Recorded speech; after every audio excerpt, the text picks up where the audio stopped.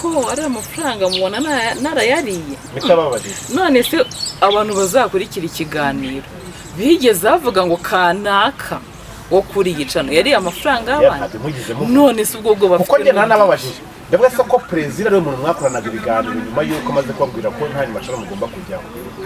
niwe warabarira amafaranga muravuga ati oya none se nyine kari cyo nayo ndi kumwibariza ubwo bafite n'ubwiki bwo kuza akatwongorera ati muvuge gutya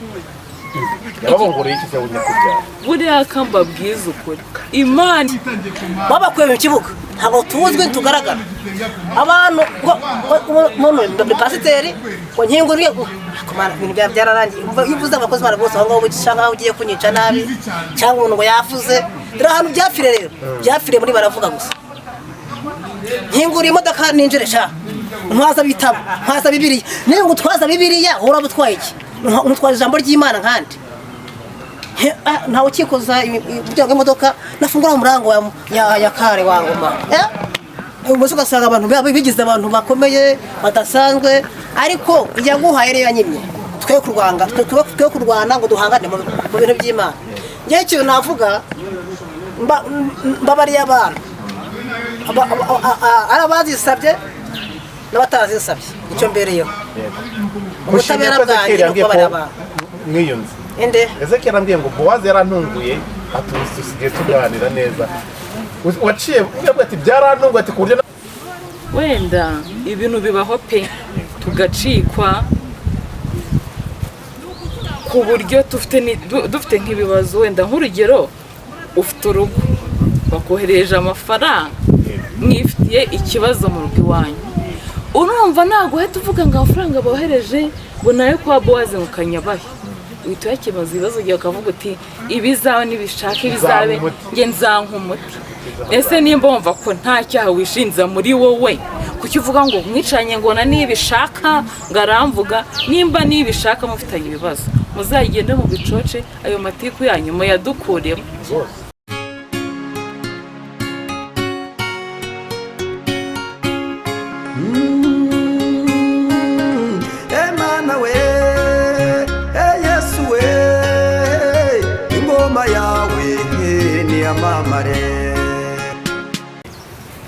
Boaz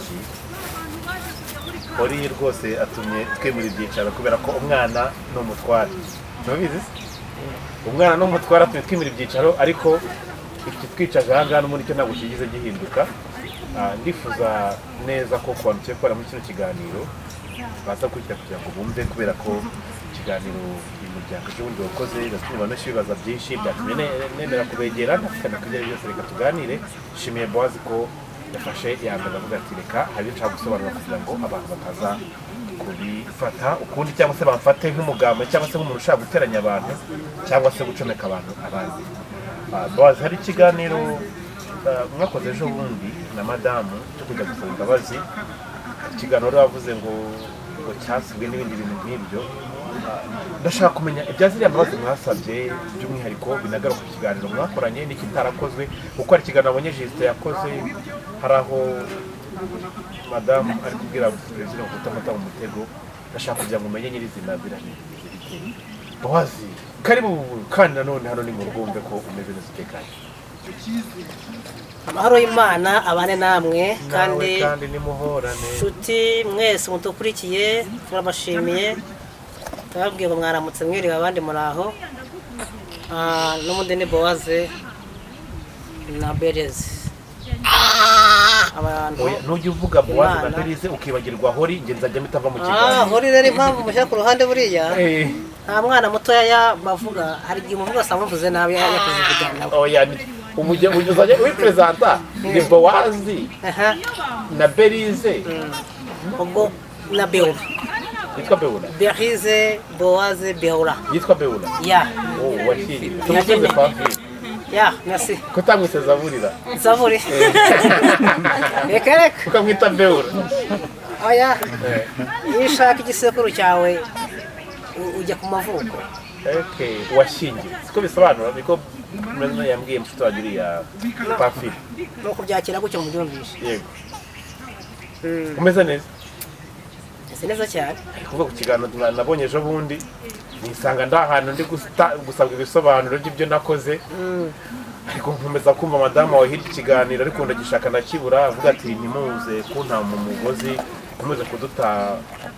mu ntambwe 18 bimeze biteye nyakubyara. Ibi bisobanuye ko umwuka w'Imana ari kuva mu bantu. Satani se batangiye umwuka w'Imana yavuye mu bantu bararwanyana barasebanya ntago umuntu akiririmba Imana ahubwo asigaye ari mu mugenzi we runaka nta bindi biganiro ahangaha muri kurishisha musebye muvuge murebe ariko bakuvuzemo abudara n'ibishaka byarashatse by'abantu noneho baravuze ngo ariko Bowaze ngo na madamu ngo batajya imbabazi hari umuntu twagiriye nabi hari umuntu twatashye mu nzu ye twakumwishyura imbabazi n'iziki nta mbabazi twasabye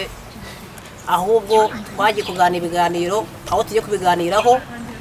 ahindura ibiganiro. Ninde wabahamagaye? Niwe wabahamagaye? Ni mwamuhamagaye? Byagenze gitubundi kugira ngo bigeraho tuza kubona amazina y'abantu ko nashaka ko nza kwicazanya n'ibishaka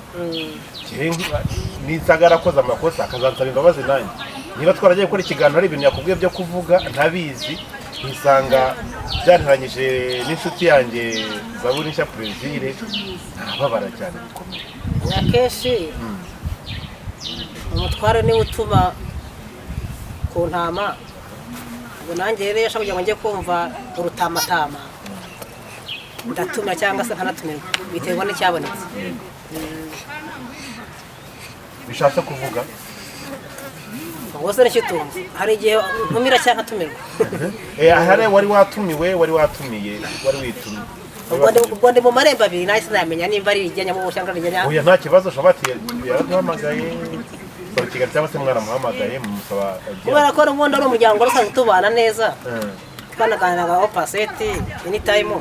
twaraganiriye bite ni sawa amakuru ni meza ariko kutakiza mu muryango wo kwa Bowaze ariko kutakiza kutusura hambere arambwira ati nabaye nitaje kugira ngo ndebe ko wenda ukundebe ko bimeze ariko inshuti zibana ibihe byose ati ntacyo ubwo tuzaganira ntiryari ati nubwo umunsi ndamubwira tuzahurira twahuye gutyo ni nko kuvuga ngo ni dialogue ndende nuko mwagiye mufite papa se ugana bisanzwe ikiganiro cyaje guhinduka gute gusaba imbabazi kandi umva ko nta muntu wigize mukosereza kandi ntabwo koko nta muntu uriye yari umubyeyi wacu mu buryo bw'umwuka mu kudufasha mu burere cyangwa se mu kutwereka abantu ko hari Imana itugejejeho mu byitangazamakuru tukanamushimira byatugejejeho byari byakoze ariko nyuma yaho mu guhinduka kwe yarahindutse niba ko guhinduka abantu byumve neza ubundi hari ibiganiro twakoze bibiri turaho twakoze cya kiganiro ariko yasohoye ikiganiro kimwe ako twari tuzi ko ari nk'ibiganiro bisanzwe umuntu avuga ati biti isi ubundi nibi nkabivugiraga iki ariko tutazi ko nakenda kamera ko yaba narihundurye avuga atari ko ibi bintu bimeze biti avuga ni ibiganiro navuga no igikati niba abana wagize gute twagaraga bisanzwe ibyo ngibyo ni amagambo noneho dukora ikiganiro cyitwa ngo ni cyiza nyine tunaganira bisanzwe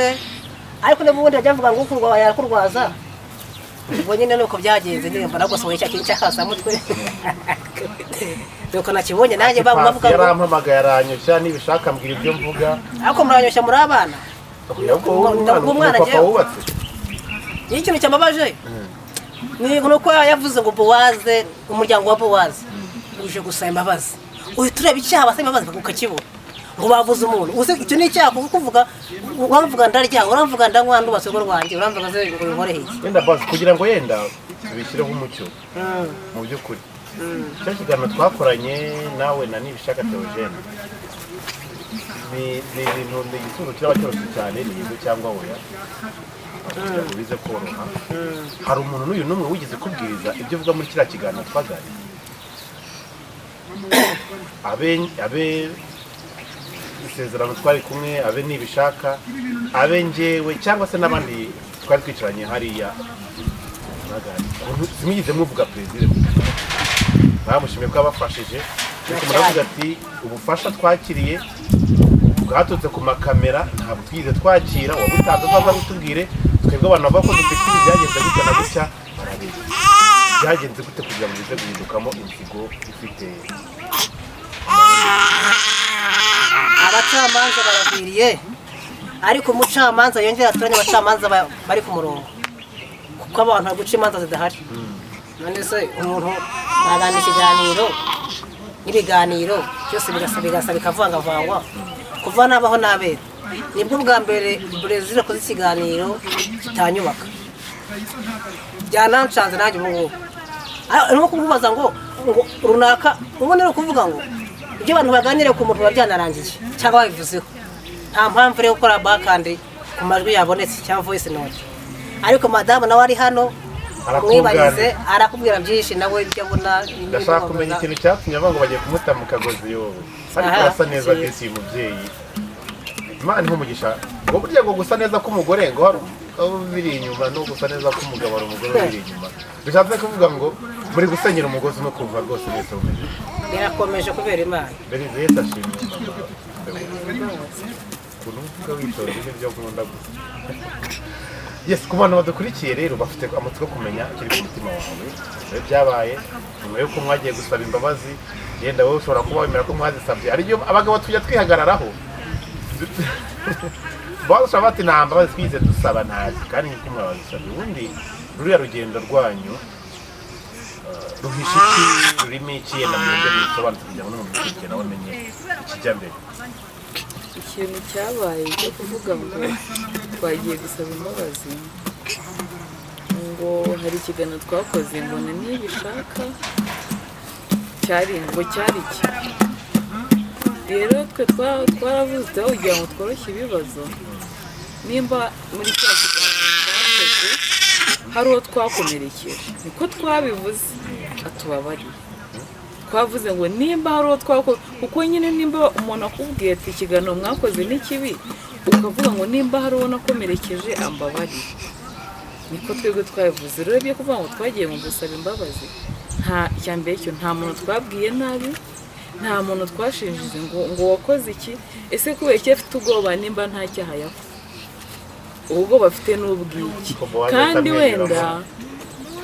papa wari mwunganira ahantu avuze ngo nibwo bwa mbere Brezil ankoze ikiganiro kinsenya yarabitubwiye aravuga ngo njyewe nabakoraho ibiganiro bibiri bigahita bibashyira hasi wowe urinde wo kudushyira hasi uri Imana Imana niyo ishyira umuntu hasi yarangiza ikanamuzamura byari biturutse ku kise kugira ngo abwire ngo abakore ibiganiro akabashyira hasi buriya niyo bishaka no guhamurenganya avuga ukuri kandi avuga ibiriho ni umuntu w'umugabo nubwo wamufata uko atari wenda nubwo tutari kumwe hano ariko nawe iki kiganiro azakirebe akimenye ni umuntu uza kuri kamera aje kuvuganira abantu ese nimba mufitanye bifu nk'abantu b'abagabo aho kugira ngo mwicare mu bicoce ubundi amagambo nk'aya ngaya kwirwa bavuga shyushyushyushyu aba mu bagore kandi burya n'abagore nabo barihanye ntabwo ayo magambo bakiye nabonye abavuga ngo abagabo ngo abagore bari gufungirwa agasembuye ngo abagabo bagafungirwa umunwa ngo abagabo basigaye bafunga bazira umunwa wabo cyane ese wowe urinde wo kumbwira ngo sinkagendane n'umugabo wanjye urinde kuri kamera abantu kuri kamera nirakwije kugira n'umugabo wawe reka tubigendemo neza kuri kamera abantu batangiye batubona nazanaga na papa w'umwana tutarabyara nko muri fiyansa y'abantu bakajya na prank ndibuka ko ikiganiro cya mbere twagikoze kwa Ezekiel tugikoreye mu ishyamba hariya Kimisagara munsi y'ubutayu nicyo kiganiro cya mbere twakoze kandi impamvu twagikoze bari inshuti twarajyanye gusa batangiye ubutayu kuko barasenganaga nk'ikiganiro cya mbere twakoze ko twajyanaga ni gute umuntu ambwiriza ngo ntukagendane ngo na papa w'umwana ngo kuri kamera wowe urinde ubimbuza icya mbere cyo nturi umugabo wanjye nturi mama wambyaye nturi papa urinde ubimbuza tuzagendana ninshaka nzabyara imanga kamwe nzakicaza n'akandi nkicaza ariko twicaye dukora ikiganiro dushyira ukuri hanze. none se ntibakubuje kugira n'umuti wenda ibintu bibaho pe tugacikwa ku buryo dufite nk'ibibazo wenda nk'urugero ufite urugo bakohereje amafaranga mwifitiye ikibazo mu rugo iwanyu urumva ntabwo uhita uvuga ngo amafaranga bohereje ngo nayo kwa Bowazi mu Kanyabahe uhita uyakemuza ibibazo ugiye ukavuga uti ibizawe nibishaka ibizabe nge nzanka umuti.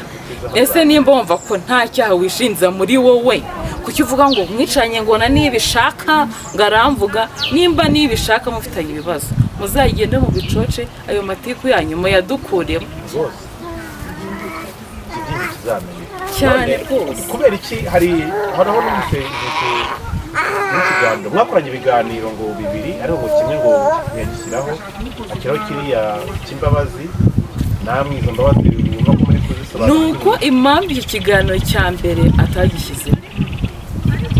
nk'uko twabona nibishaka tuyikora ikiganiro tugakora kiriya nubwo abantu bavuze yuko twe twabipanze nta muntu wabipanze twamusanze cyane twamusanze niyo gukora ikiganiro turagikora bwa mbere na Yesu bwa mbere twari duhuye cyane. Noneho natwe tuhasanga umugabo nta izina rye sindizi ariko namubonye yaraje ku macano aravuga ati se Brezil ni ubungubu barebye ku bantu bose bakoranye ikiganiro baravuga ngo nawe ariye amafaranga ayo mafaranga warayariye kuko iryo jambo atigeze arishyiramo akarikuramo. Ese ko icyo amagambo we yavuze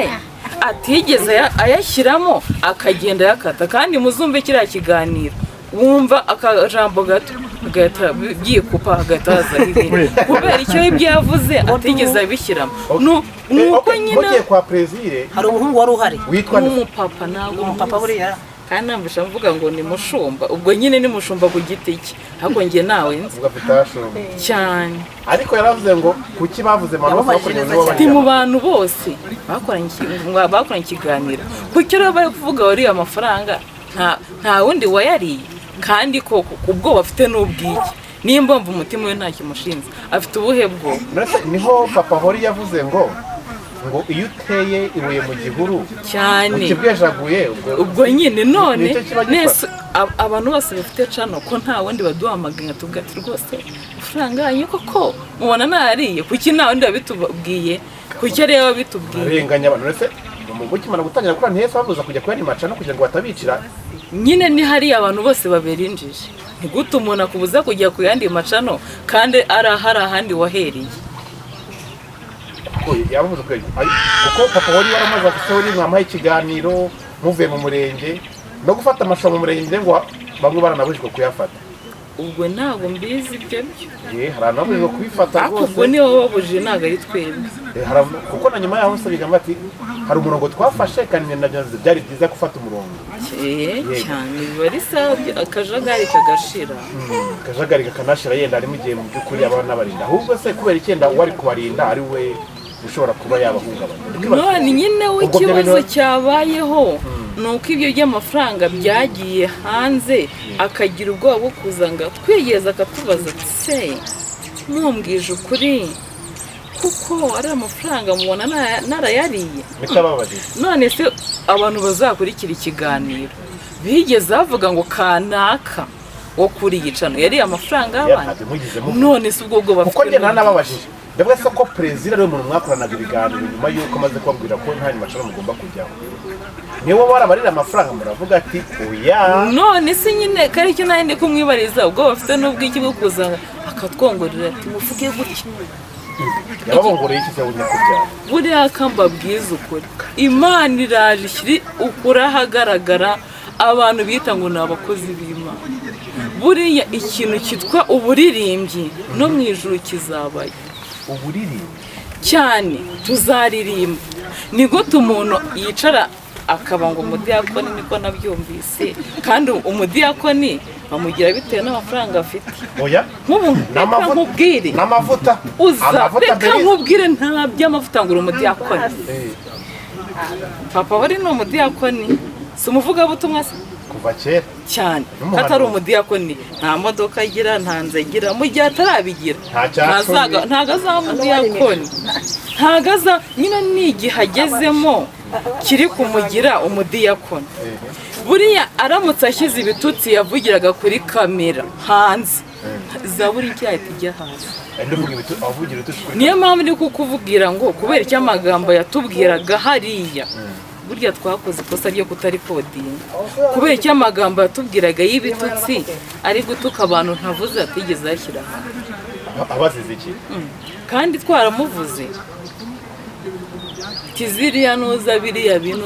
bintu uburinde wo kwiri gutukana ngo nyine nanjye mpita nibaza nta muntu ufite amavuta utukana amavuta si rero umwe ko wasanga ari ibintu ugiye ko amavuta ni iki pasi amenya ku munsi umwe ni umwuka wera no gukorera imana mu kuri rero ibyo byarasenyutse nta bikiriho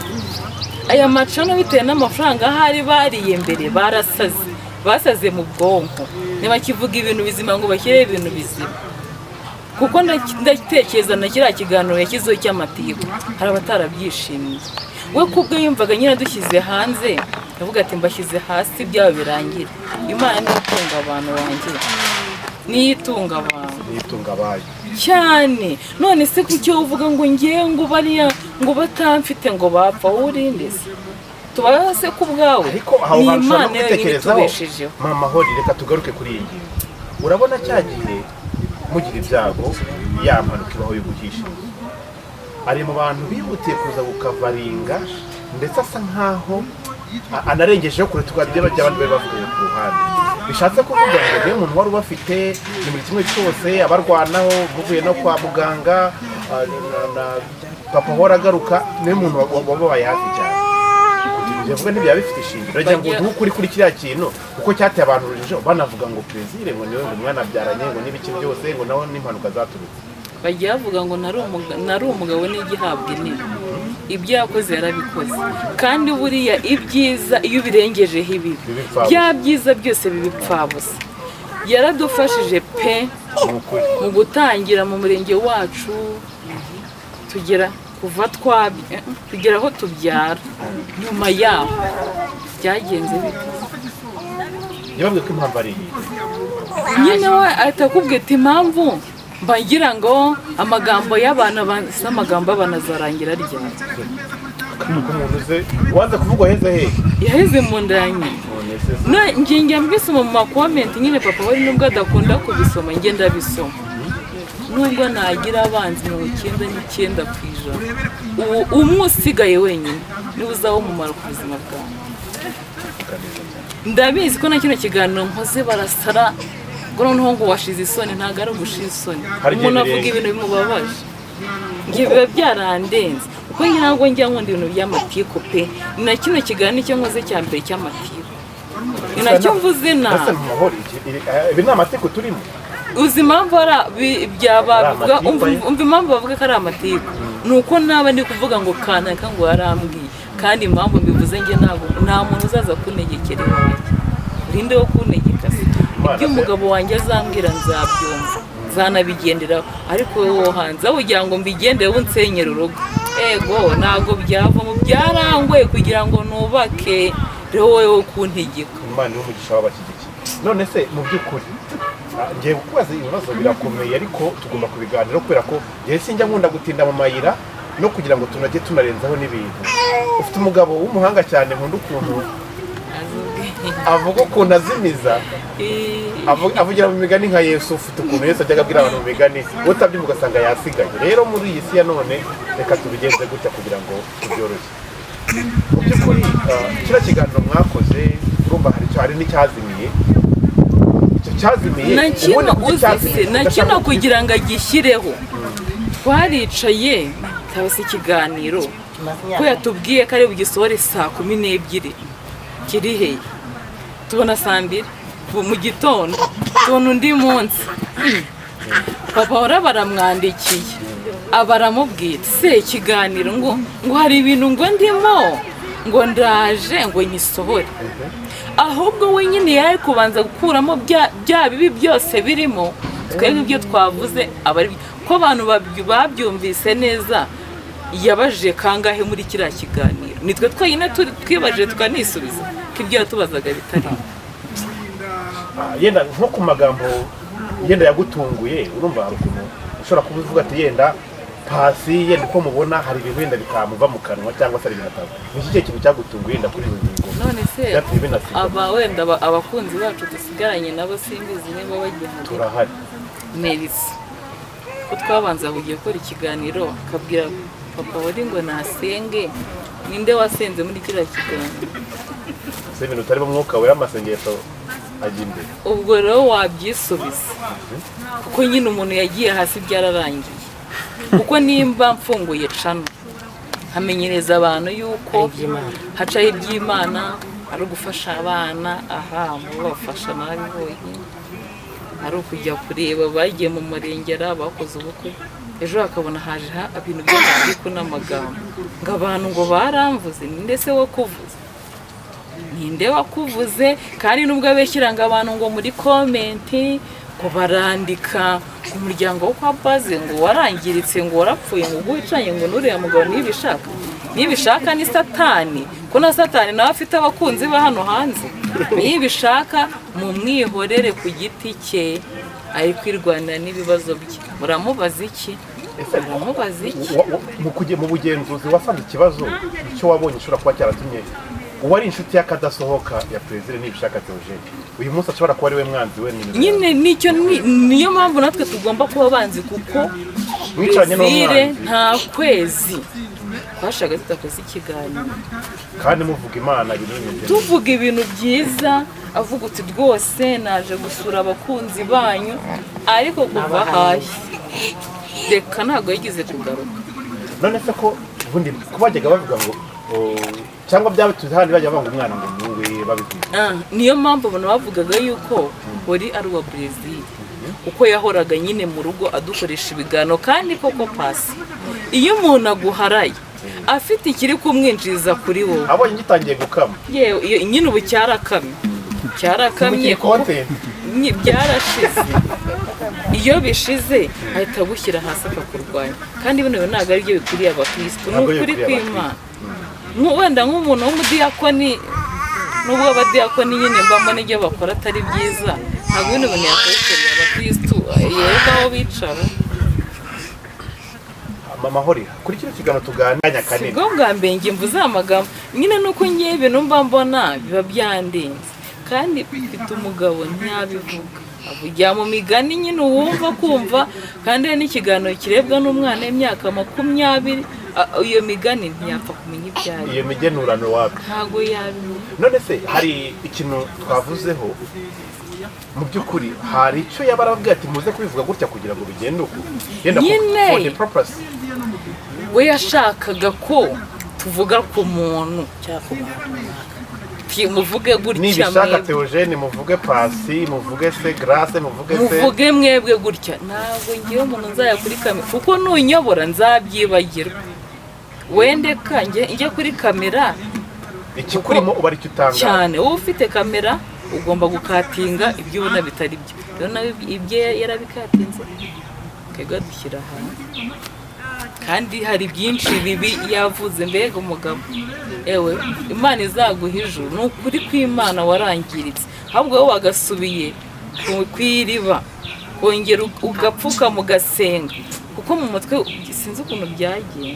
Banza Vitali yaragiye gushaka ikintu ngiye ngo bizavuraho ngiye kuko noneho umenye ngo Vitali ntabwo ari ukumena umuceri, hari ibintu bikurenga, kuko ndabizi neza hari n'abantu bari butungurwe kubona mvuga gutya. Njye biba byandiye. Iki Kinyarwanda uvuze kirakomeye. Iyo ubundi wibanze ku bantu benshi, hari n'abagushakira n'ibirozi n'iby'ikoze nyine bikazamo umwaka, kandi biri siri. Ushaka kwishimira kwa modoka meza mfite, ku bipangu byiza yenda ndi kubaka, ku masambu ndi kugura, ariko buriya n'abatari wowe. Muri parike disitiri hari hubatsemo inganda ubu zabaye amateka tugiye tworoha cyane rwose. Abantu bose bayibacisha make, nubwo bafite ibya mirenge. Ngiye wenda nkisaba kandi burya ntabwo nasa mfite amaboko n'amaguru ntabwo byashoboka ufite umwuga wambwiye kuzi kudoda wambwiye kuzi iby'umusatsi cyane kandi igihe ushamana nawe agafite abantu ngo babasuzugure babafata uko batari. ubushize tuganira hari uburyo ki abantu mugani bavuga muri komantere baravuga ati se aba bantu bari kuvuga ko nta muntu wigeze uhasura sinde muntu bafite mu nshingano ati si ibyo perezida yakoze se ko twabonaga abasura buri munsi ko mu nzu yabishyuriraga inzu yageraga gute ese yatwishyuriye inzu ryawe kuri we hari amafaranga kuri we ku giti cye hari amafaranga yiza kuri uwo mufuka ngo aduhe ngakira yaduhagayo bamuhaye bizavuga ati mfashemo n'igihumbi mpesheje umugisha akana gatoya kugira ngo bigiye gutuma mbivuga yaje kundeba hasi ikintu wenda ntabwo bivuze kubera yuko turi kumwe kuri kamera nkundira umwana kuko ntabwo waza gusura umuntu wabyaye ngo ugendera n'igihumbi umuhaye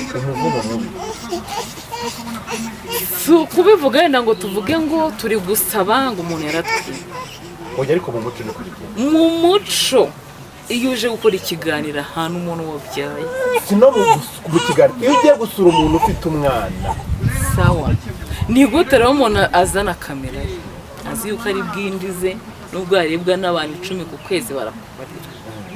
n'ubu wafata uruhinja n'ubwo wamuha sex ufite imodoka yawe ntabwo esansi iya wavuze nanga irashiramo wenda irimo yuzuye ukagera nta n'icyatanu haye umubyeyi ibyo bintu aba ari uwo si umwaka si umwaka utuvugishije ukuri kuko mu kintu njyewe nzi namye mbona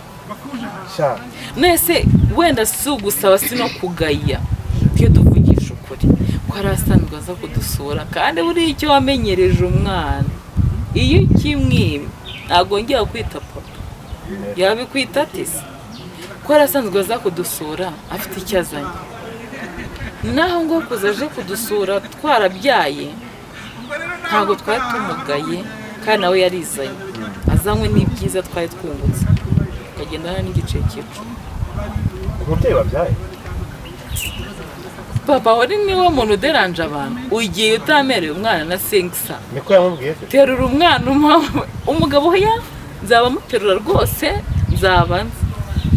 ubu waba ufite imodoka koko ufite amazu ukaba n'igiceri cy'atanu uzi ko nasuye n'abana bo muri karitsiye twaturanye bavuye ku ishuri bakama sengisa ari abana biga bakansanga kwa muganga nabyara bakama sengisa atakira umwana azamugurire bombo umuntu w'umugabo wabyaye njye narumiwe ugane abandi ngo ndumiwe ndumiwe niko yavuze pasi reka dusoze ikiganiro kubera tukiganana dore mbere waretse nawe tukiganirira ubu ndashaka kujya konka urashaka kabere kandi ntabwo ugezemo amakamera cyane ntabwo muri kamera ntabwo ubaza abamisi yenda n'amahori iki kintu mu kuganira namwe gutya umuntu ashaka kuvuga ati se muri kudukinisha budenesi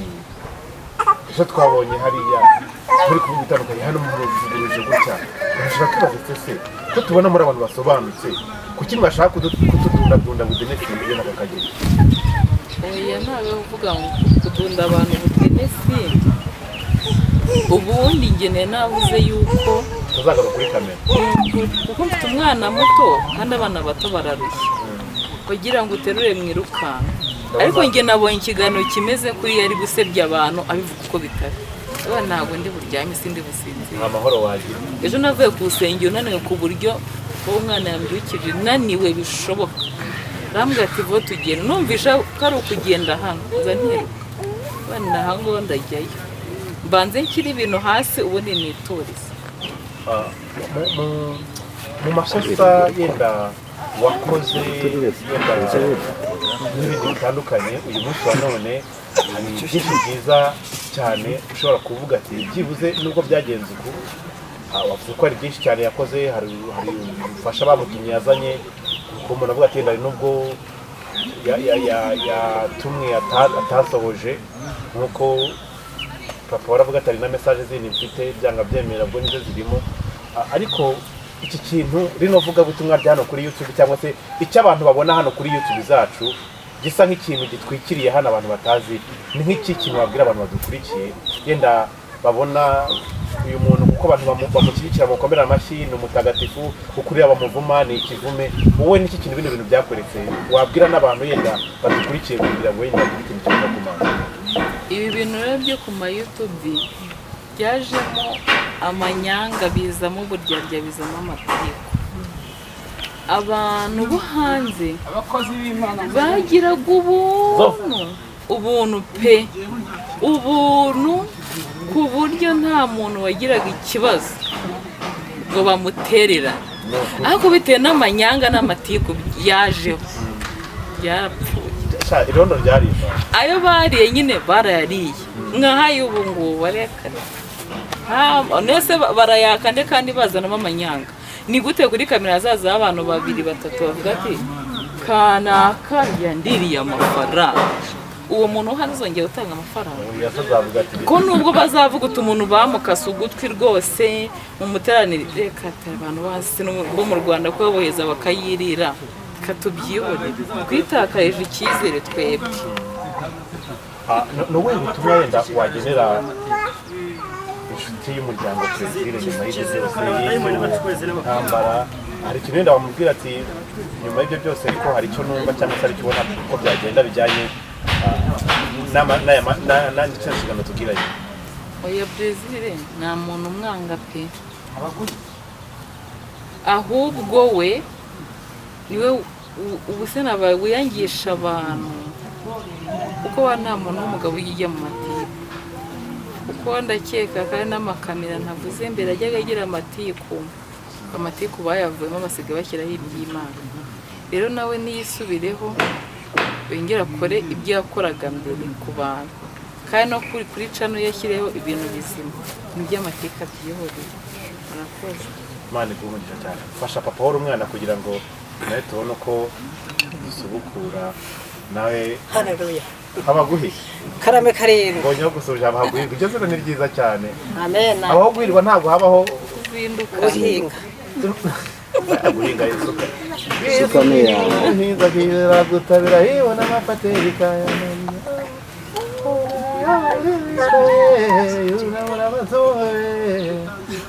haba guhirwa Bowazi na Berize na Beura amen babarira Beura mutembereje ku ruhande Imana igumugisha kandi papa hori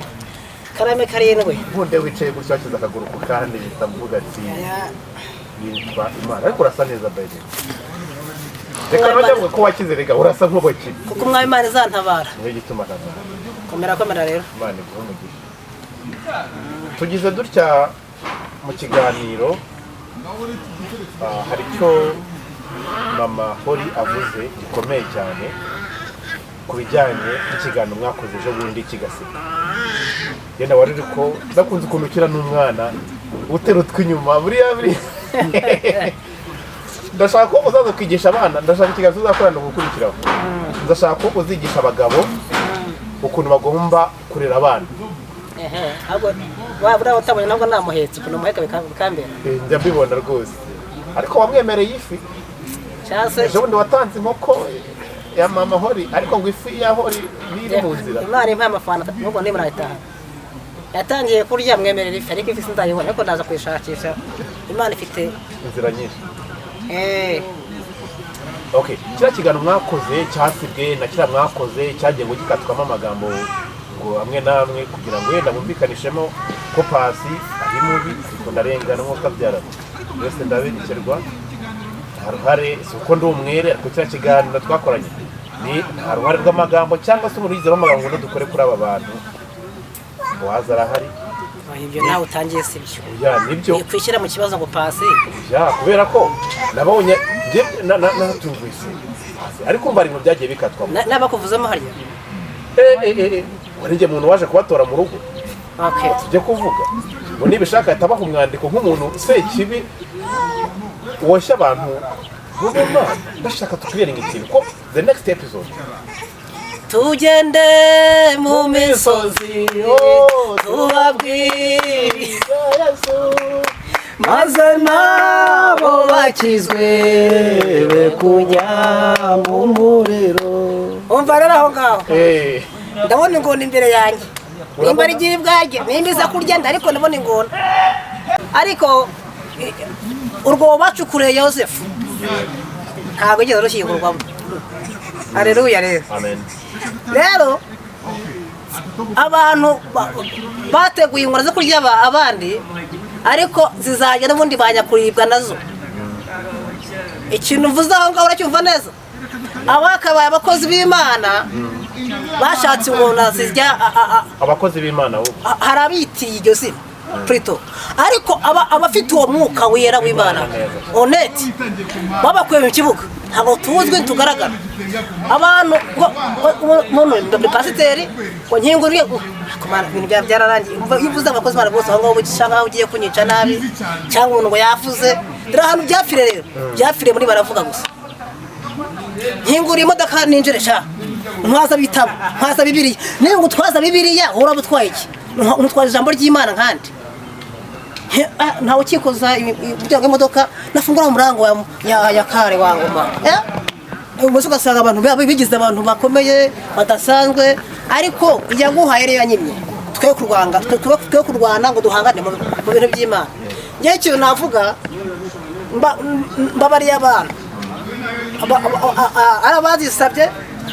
n'abatazisabye icyo mbereyeho ubutabera bwanjye no kubabarira abantu mwiyunze. Ende Ezekiel ambwiye ngo Bowazi yarantunguye atusigiye tuganira neza. Waciye uvuga ati byarantunguye ati kurya na madamu yikaza ati Bowazi ntunge kuvugana na Bowazi. Ezekiel ziko yamugaye ashima Imana ati nshimye Imana Bowazi noneho arampamagaye turaganira. Bantu batagira ngo n'ikinamico kuvuga ngo abantu barababariye, ariko akinyi bitwa ngo nimba ari faire dese cya kera kibuga bitaga fini faire dese ne for dese avuga ngo ki faire dese hari umutwe wari wihotanye, ariko wene nimba ari muri faire dese ni iki hari ito maze byekije aho ngaho jahanesha bundi aho ngaho rero umva hano ariko inkotanyi zarwanaga zigira ngo zikiza abantu icyaha n'icyago ako zidashingiye kwangiza, ahubwo ziri kurokora abantu n'ibintu byabo. Nanjye rero ukomeza aha ngaha sishinzwe kuza ndebe byapfuye ngo nanjye nica ibindi, ahubwo ashinzwe kuza ndebe uwagize nabi ngo nagure inama nziza muri we azimbonemo, ariko atambonamo ikibazo kandi byo gukemura ibibazo. Niyo mpamvu rero mbiyegereza umwanzi wonyine ukamuhunge, ahubwo utaramya niwe mubi uzamusengera mumenye neza. Ibi bintu bigusigiye iki? Bigusigiye isomo kumenya umuntu, dora twiga umuntu zisaga wisanzemo kuvuga ati ngiye nshimiye abantu bamfashije bampamagaye narababonye, ariko abantumye nibarobantumye abantu ntabyo nabonye. Ukisanga ahubwo wabaye umuntu wakojeje ngo wakojeje kuko washimiye abantu bagufashije, bene ukisanga uri gusaba bishwe imbabazi cyangwa se no kuzisaba. Ibintu bikoretse iki? Inyetsi iki? Bigusigiye iki? Bura nakubwiye kuko babara iki kintu kimamo cya mbere. Kubabarira. Nidukundana amahoro azaboneka, nidukundana imiryango izubakana, nidukundana ntabwo tuzasenyana, ahubwo umugozi ni ukubagarira hamwe yombi. Abagariye yombi ndarengana. Hari ikintu ngira ngo tunarenge no kuri episode batagira ngo twaje kwibasira abantu. Gahunda y'umuziki ko tuzi Bowazi umuririmbyi, urabona karimba akoreye Mama Hori, akoreye Hori. Ndashaka kugira ngo tubone Bowazi mu mpano z'ubundi, tuve no muri abyo bintu bidafite umumaro, tubiharire Imana iba ariyo kubidukiza kuko nishobora byose. Tujye kuri Bowazi mu murimo w'Imana, Bowazi uririmbira Imana. Tubona abahanzi bajya baririmbira abafasha babo, baririmbira abana babo. Bowazi hari kubura iki kugira ngo tujye tubone Bowazi muri studio? Mwankundiye se? None se ko nakazamuwe namwe ubusa ndacaye? Njye nashaka kugira ngo dukikire. Mwafungiye imiryango. Njye nashaka kuvanga dukikiye umurimo. Ubusa nizanditse nisihare. Madamu singundi yamusakuriza ndi muri shira hasi nyangera, ariko se zirasohokera hehe? studio ni izanyu kamera ni izanyu nimba ari mwebwe bene Imana gusa ariko tumufite twifuza ariko Boss reka tubigenze gutya Boss araburi kikwiye mujye muri studio n'amafaranga kwanza audio nangaye video nangaye kugira ngo tubone yenda byibuze ikindi gihangano cya Boaz arimo na madame tureke ibyo bintu bitarimo n'umumaro twigire mu bifite umumaro twigire mu bibara aho bisa nko gusaba ntabwo ari gusaba ahubwo Imana ifashe ubuso wambwiye ko agiye kundira ngo nige icyongereza nyinonosore neza hari uwambwiye kandi nawe arahari ngo ngiye kwishurira icyongereza ukiga ikinonosore antu monje kure batica ubuso yarishyuye kandi tica hari nkamwirizaho ngo ngaraje mwishyura amafaranga nkahagarara ntuza haya kuri Western Union Nyabugogo ukahanyiriraho ubuso niba se byarashe bikanyura muri za nzira n'inzige niba byaranyuze muri yanzira irimo inzige nyirukwemera ibintu abizire ahubwo bugeze he wiga wenda ashobora kuba azi kuri graduate reka nkubwize ukuri rero umuntu aburasa ntaburashewuje tumufite ntitwifuza twabuze abantu ariko dufite Imana kandi n'abanyu barahari aribo mwebwe rero mwamfuranga nimukomere ndashaka ntuse Boaz icyongereza uyu munsi ko ari ibintu nabonye ngo by'imodoka nabonye by'ibyongereza ariko njemba nshaka no kureba ku bijyanye n'ibihangano byawe no gupfundapfundikanya reka abantu bazi ko wakize kubera ibyo biganza nyine byakugwatiriye kubuza abandi bantu ngo turi ngenda kize ko umukiro wa mbere mfite n'umuryango wanjye bajya kuba ufite Imana fata Imana yo nayivukanye kuko n'ubundi indimo ntabwo izigera ivamo ntarapfa nayo napfa nzayimanukana abantu badukurikiye bashaka gushyigikira Boaz nimero ya telefone kugira ngo bize kugira neza cyane nimero de telefone papa urakoze cyane okay 078 5 7 4 0 ubwo ushaka urambona ushaka madamu uramubona dukoresha telefone imwe indi yarapfuye dukoresha twese hamwe kuva ubu mubaye umwe nimuzigera muba babiri warabyemeye oya ndakomeje urugendo sindarusoza ndakomeje Yesu niwe nzira muri jye hahirwa bameseri ibishura byabo ariko haleluya amen ndikumva hari Holy Spirit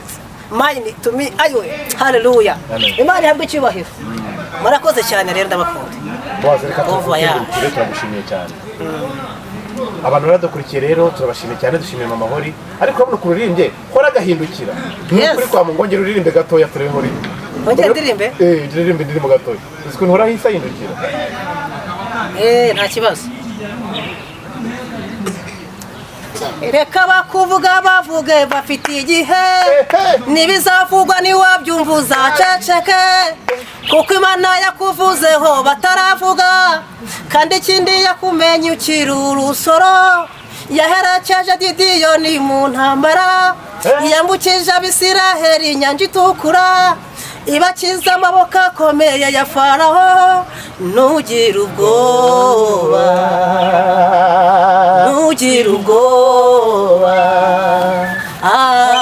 tuzajya tuvuga ngo irera nongereho ngo nirubasha ayiwe tuzajya tuyita umubyeyi ariko haleluya ndafashije